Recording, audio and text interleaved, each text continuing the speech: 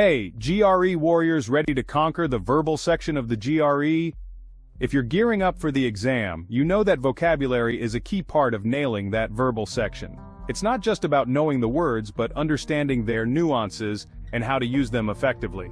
Today, I'm going to dive into one specific word that can really boost your score: abjure. This word might seem a bit intimidating at first, but once you get the hang of it, you'll see how powerful it can be in your vocabulary arsenal. Let's break it down. Understanding the roots and usage of words can make them easier to remember and apply. So what does abjure mean? Let's explore its definition and context. Simply put, it means to renounce or reject something formally. This isn't just a casual no thanks, but a serious, often public declaration of rejection. It's like saying, I swear off this or I'm done with that. Think of it as a formal vow to give up something significant. Imagine you're giving up a bad habit or distancing yourself from a belief you no longer hold. It's a strong, decisive action. For example, he decided to abjure his former lifestyle and embrace a more disciplined path. This shows a clear and deliberate shift in behavior. Reflecting on such decisions can help you understand the weight and impact of the word. Now, why is it crucial to know words like abjure for the GRE? Let's delve into the importance of mastering such vocabulary.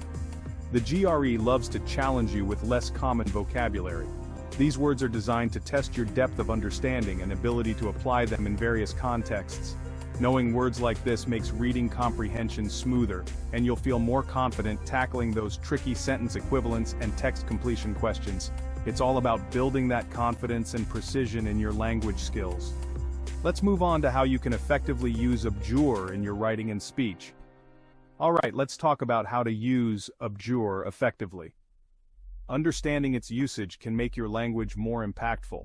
It's often used in formal contexts, so you might see it in academic writing, literature, or legal documents. These are areas where precise language is crucial. For instance, the politician abjured his previous stance on the policy after new evidence came to light. This shows a significant and public change in position.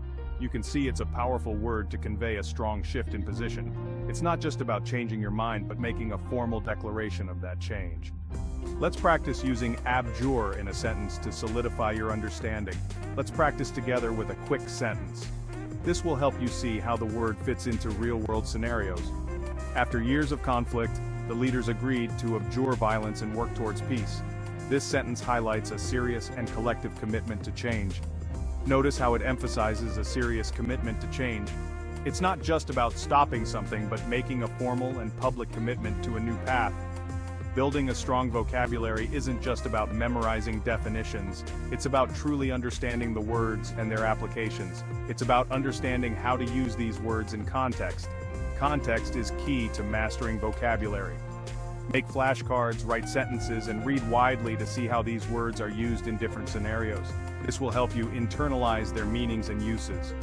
Regular practice will make these words a natural part of your vocabulary toolkit. Consistency is crucial in building a robust vocabulary.